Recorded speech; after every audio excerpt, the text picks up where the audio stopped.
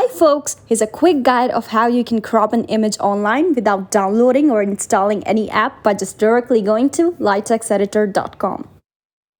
As you probably know, just go to the LightX Editor in your browser, go to the editor tools and click on the crop image option. After this, just go and click on upload image. This time I'll select an image from my device as I have a specific image in my mind. Here it is. Clicking upload.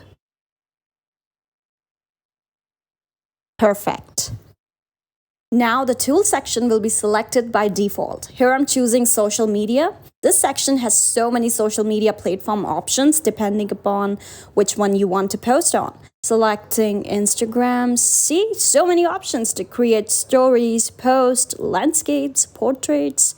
Since I want to post on Instagram, I'm choosing post size, which is 1:1. As you can see, your image will be cropped according to the size selected, and you can drag your image manually to set it in a particular frame. Moving the corners to adjust the areas I want to show specifically, and perfect. Now click on the apply button, and there you go, your cropped image is ready. Lastly, all you need to do is download your image with the preferable format and resolution. That's it, super fun and quick.